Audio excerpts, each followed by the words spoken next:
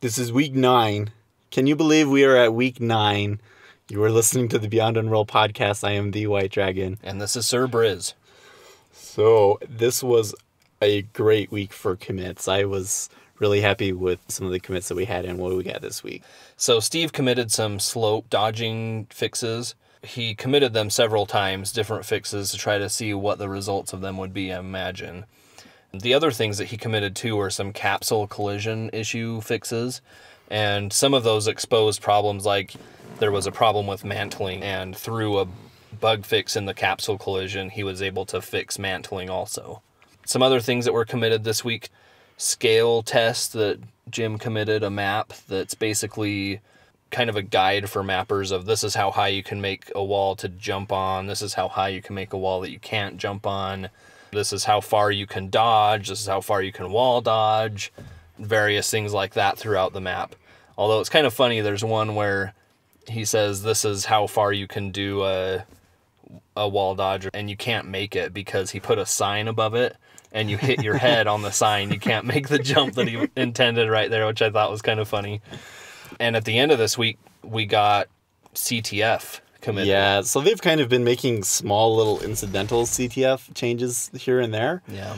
I've been keeping a unofficial change notes up to date, and I don't post every commit that's on there because some of them I don't necessarily understand, and some of them I'm like, well, nobody's actually going to like really notice or see that in the game yet. Yeah. So they've kind of been making little piecemeal changes here and there, and then today especially they just like dumped the whole thing out. There is a CTF game type. You can pick the flag up, return it, and score. There's still a lot of bugs with it. It doesn't work over network, but it's there. Also, along with the CTF changes, they did commit a version of Face. Yeah. So it needs a lot of work. They don't even have the teleporters in there, which drives me nuts. But when I go into Face, the first thing I want to do is teleport to the top of that tower and look at things. But guess you'll have to turn on fly. yeah, I guess I'll have to fly or move one of the spawn points up there or something. Unreal Engine 4.3 came out this week, and they did commit a bunch of stuff to support Unreal Engine 4.3. Yeah, they switched it over. And one of the nice things with that is that they actually decreased the CPU load of the editor, so it runs unbelievably better.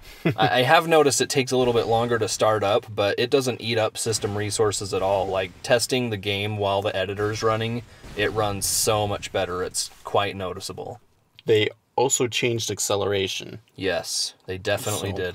In concert with that, what they actually increased significantly was the deceleration. Yes. Well, they set them pretty equal to the same thing now, right? They're both 4,000, right? Well, acceleration it was 4,500, and they lowered it to 4,000 when they increased the deceleration to 4,500. So in terms of feel, both of those changes made just a flat-out huge difference. Huge difference. I don't know if acceleration's quite high enough for me, but Steve brought up several things on the live stream this week that are good points to consider when you're talking about acceleration. So the question that I asked was, because if you look in their code, they said this is what acceleration was in UT3 and in UT99. And in UT99, it was 5,000, and right now they have 4,000.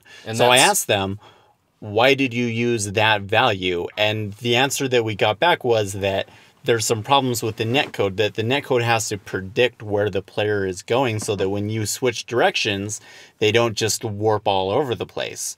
And so Steve said, obviously we want to have acceleration as high as we can, but the limitation is the engine. And he also mentioned that he has some ideas about how they can improve the prediction. So I'm happy because I believe in you, Steve, and I know you'll fix those problems and bump the acceleration up to 5,000. Fingers crossed. Well, and even if they don't, where the values are right now feels pretty good. Yeah. So we've been doing a lot of play testing lately. And if you guys want to get in on that play testing, all you need to do is join our IRC channel. It's on Global Gamers. You can even get there from irc.utchat.com. That's the in-game UT chat server. Yep. It's owned by Global Gamers. Come to our Beyond Unreal channel.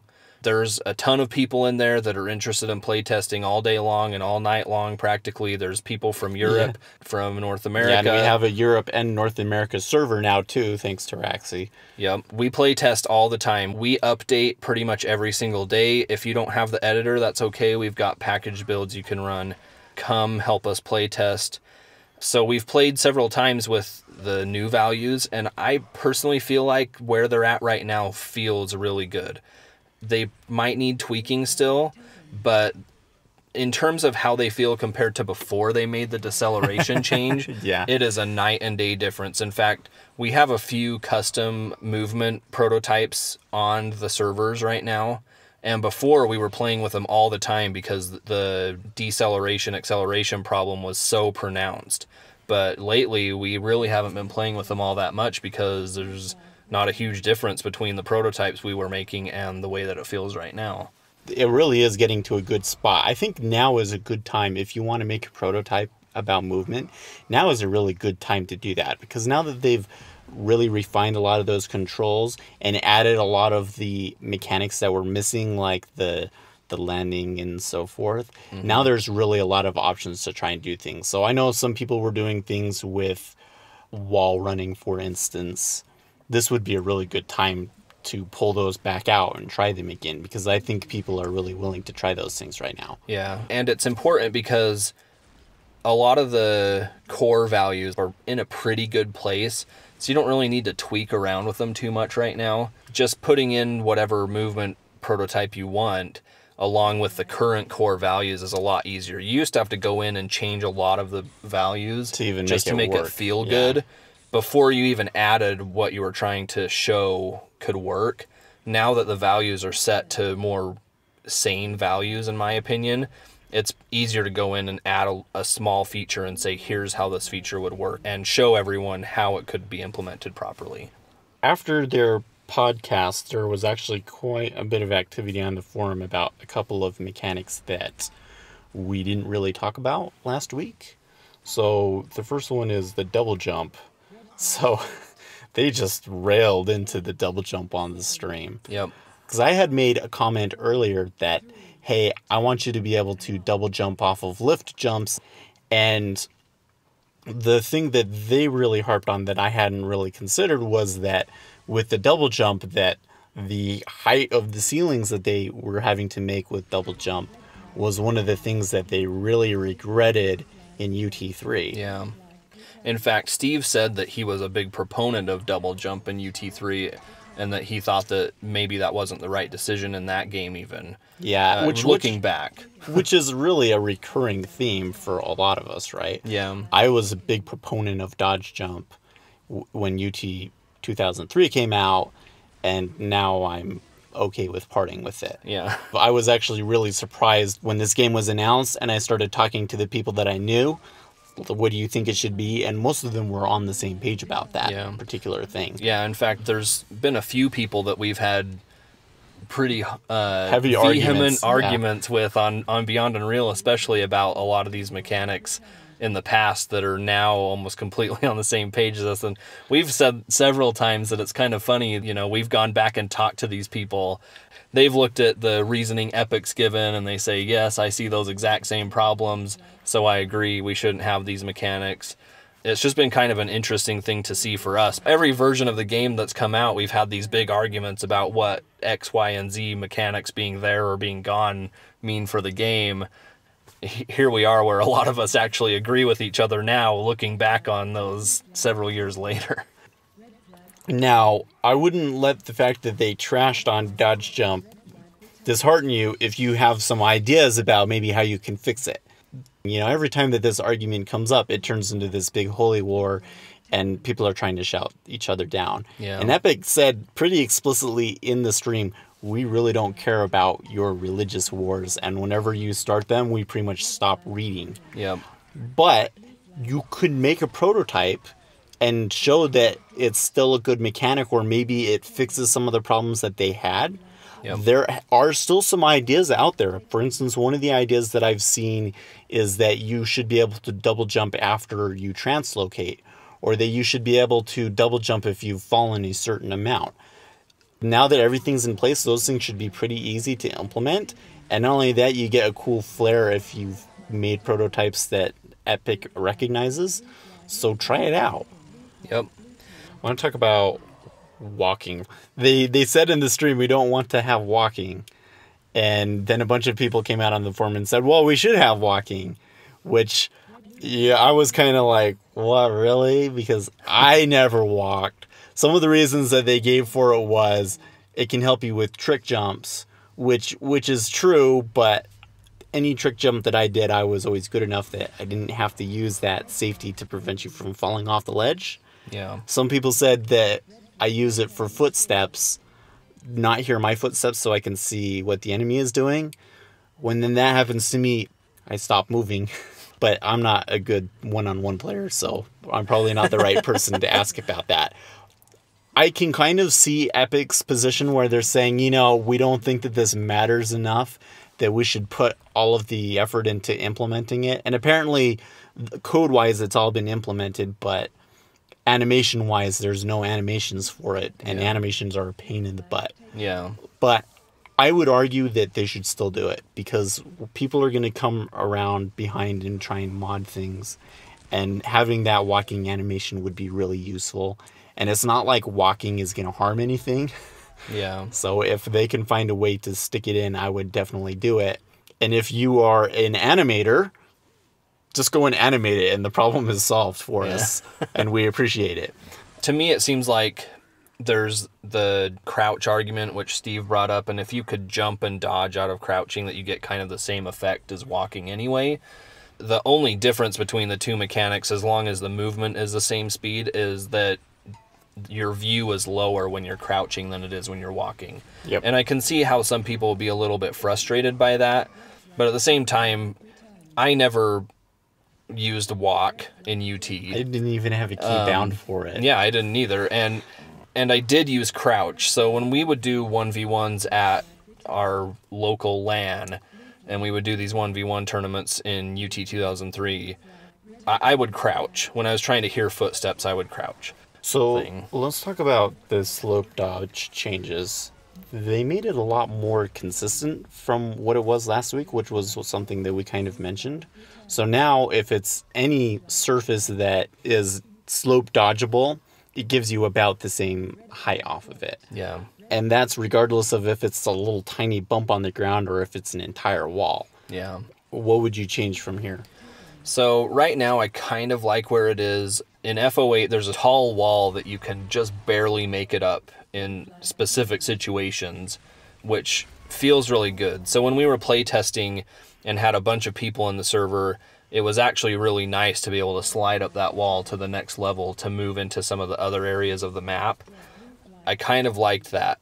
The things that I would change myself, you still get a fairly sizable boost off of short sloped walls, and I think that that doesn't really translate well. I think Jim in the thread where we discussed his and Joe's movement prototypes was kind of right about being able to boost off of a tiny little wall and make a jump that's a lot higher than a regular jump or even a wall dodge. I just think the messaging on those short walls isn't very good. On the tall walls, it's pretty good because you slide along the wall and you generally stay close to the wall most of the time. It makes sense when you're doing it against the wall for sure. Yeah. And when you do it off of a little bump, it's like, wait, what? Yeah. Now, the counter to that, though, is that I do believe that it needs to be consistent, right? So you don't want to have situations where it looks like you should be able to slope dodge on it, and you can slope dodge on it, but it doesn't take you as high as you would expect. Yeah, so one of the changes that Steve committed earlier this week that has since been fixed was making it so that some of those shorter walls weren't at a sharp enough angle to slope dodge on. And what the end result of that was that you would hit that wall thinking that you would be able to slope dodge on it, and it did nothing. Now, my personal opinion, and this is just my opinion, is that the slope dodge should be a lot more proportional to the size of whatever you're hitting. So if you hit a short wall and you're only colliding with it for a short period of time, your boost off of it should be very low. If you hit something that's taller, you are sliding along it for longer, you should get a little bit more of a boost from it. I also look at it very situationally. Slope dodge is not a mechanic that you walk into a new map and use effectively the first time. It's all about finding the spots where it really works and where it actually benefits you. Yeah. So some of the places that I think it works really well is those stairs in FOA where you can basically skip over the stairs. Yeah. And I think that it should be tweaked so that even though that's a pretty small bump, it's only like 50 units high, you can still get that boost. The same token, I don't think you should be able to slope dodge all the way up the big wall. I think that you should really only be able to get up about one level. And I think that that wall is about 500 to 600 units. The lowest overhang that you can walk under is 200. So you add 50 units on that for an actual wall, you get about 250 is about the lowest story that you could have, right?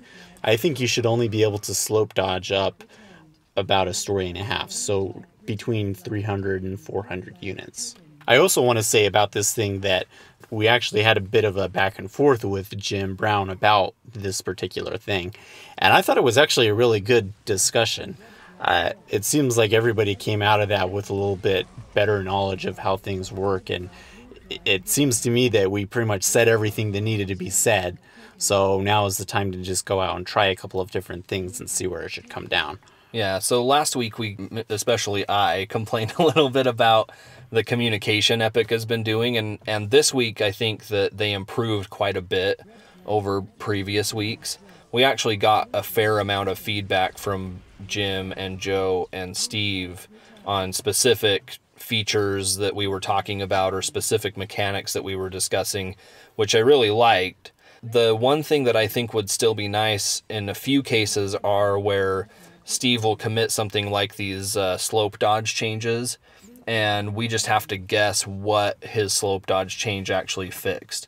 And right. The one thing that I think I learned from this thread with Jim and Joe's movement prototypes was that when they came into the thread and said, okay, we're going to say specifically what we changed and why, they explained it, and Jim showed pictures of what he thought, and Joe responded to Jim, and they kind of disagreed.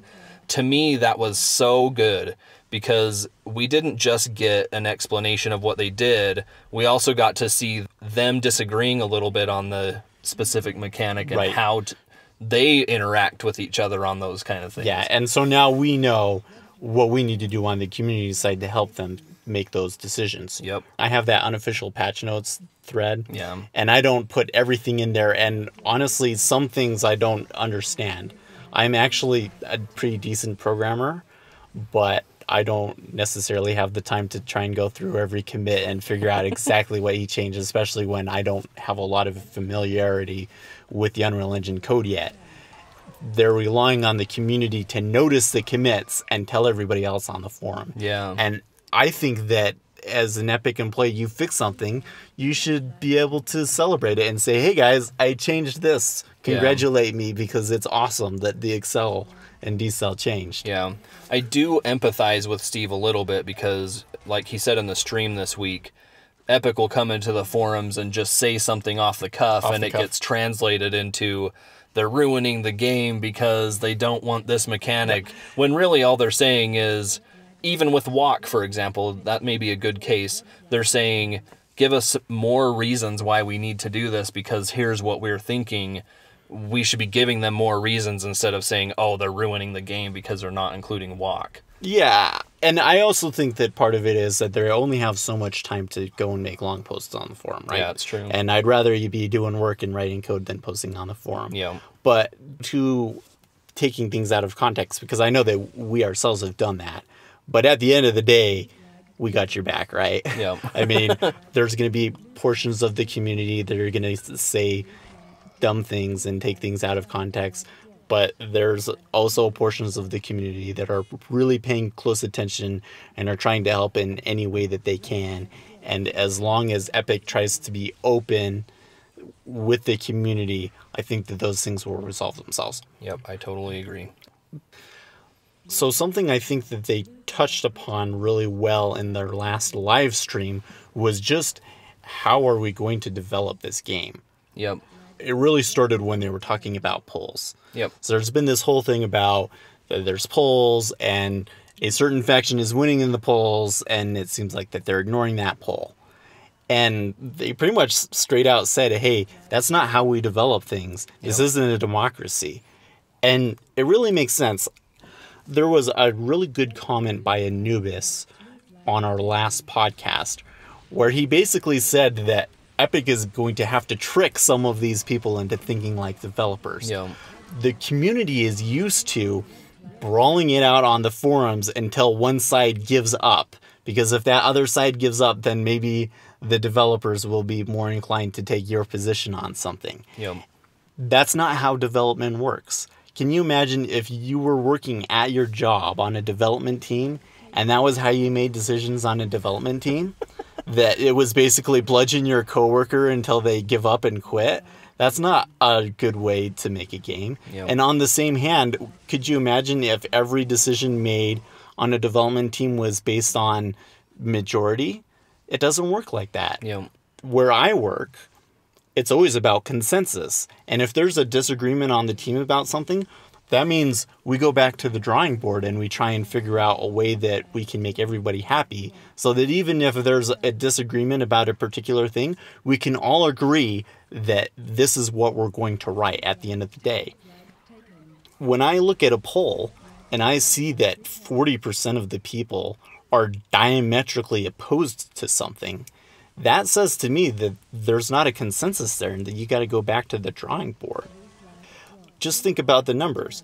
If you have a game and let's say that 10,000 people are playing that game at any time, because that was about what it was in UT99, and then you go and you make a change that pisses off 40% of them, what are you going to get? You're going to get 6,000 people playing your game now, right? Yep. Oh, and what was that? That was basically Unreal Tournament 2004, and we can see how that lasted. It seems like, hey, we have a majority and a 60-40% majority is pretty sizable, but when you think about what is actually required to make a successful game, that's actually quite concerning. Yeah.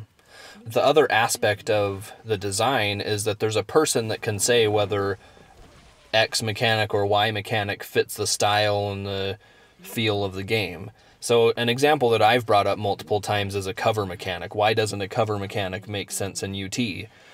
And there are people on the forums that have asked for that feature. So there is interest in it.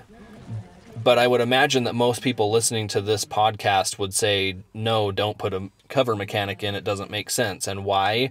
Because it doesn't really fit the feel and the style. There's a person on Epic's team for this game whose job it is to define what those things are. And that person is Jim Brown. And he's always going to say no to things like a cover mechanic that just don't fit the style and the feel of the game. So that person already exists. So when you're looking at a mechanic like dodge jump, for example, Jim Brown is never going to come into a thread where a whole bunch of people are complaining because they like a mechanic and they dislike a bunch of people that are disagreeing with them. He'll come into a thread and see somebody that has made a prototype of a dodge jump, showed why that prototype doesn't cause the problems of UT 2004, and then may consider that mechanic for UT at some point. One thing that's important to remember is in the stream, they never said that dodge jump will never be in this game. Exactly. They said that dodge jump will not be in this game right now. They want this to be a living game that they can support well into the future. And if a mechanic like dodge jump makes sense at some point because the community is asking for it and somebody has shown them that it can work, they're going to put it in the game. People that are complaining about mechanics that they feel like are being completely ignored, the reason why they're being completely ignored right now has nothing to do with whether the mechanic is good or not. It's more about how it's being presented. You can't just come into the forums and say, I like this mechanic, put it into the game. You know, making demands of Epic is a waste of time. You need to come in and show Epic why dodge jump is good, or why your favorite mechanic is good, and particularly in video form, that's something that they emphasized on the stream quite a bit. They want to see it working. It's one thing to pull in a blueprint or pull in some code and just mess around with it and try to guess what was happening with it. It's something else entirely to watch a video of somebody using it and know exactly the things that they were trying to focus on in that. We're not the ones that you have to convince. Yep. Epic is. And when you start fights like that, Epic just ignores them. Yep. And so it actually works to your disadvantage to communicate in that manner. Yep. The best thing that you can do is make a prototype. If you don't have access to the engine, ask somebody to make a prototype. Make a video, show that it can work. And if you do that, you're much more likely to get mechanics like that in. Now, a lot of people on the forums are going to say, you guys really hate dodge jump and you keep trying to tell people not to even bother with it. My response to that is, we haven't been saying that. I mean, I've posted a couple times in the last week saying, if you're making a dodge jump prototype, keep going. There's going to be dodge jump mods for this game almost from day one. You might as well build the best one that you know how and get it well balanced now rather than wait and let somebody else do it. And the other thing too is if you come up with a great version of dodge jump that doesn't cause the problems it did in 2K4, then get it in the game. That's great. I love dodge jump. I think it's a fun mechanic, but I don't like the problems that it caused in 2K4, and I don't want another game that has those same kinds of problems. And I would also add to that, because this really isn't about dodge jump. I mean, there's more to come, right? So Epic specifically mentioned the possibility of slide coming in. There's some other interesting ideas about wall running, possible compromises on double jump that could be explored. Don't be discouraged from doing that, because you could have a significant impact on the game. Epic has said if you make a prototype, they download these prototypes and look at them. Raxi's server in BeyondUnreal has almost all of the prototypes that have been posted on the forum, and people are playing with these prototypes. Yep. So there's really no reason not to go in there and start doing that. Yep. I mean, we're playing ones with dodge jump, we're playing ones with wall running implemented, and we're seeing what kinds of things we see with multiple people in the game. The thing is Epic doesn't have the time to try every idea that gets posted on the forums, right? Yep. That's why they've opened it up to us so that we can do it. Yep. All right. Well, I think we're done. As always, like and subscribe to our video.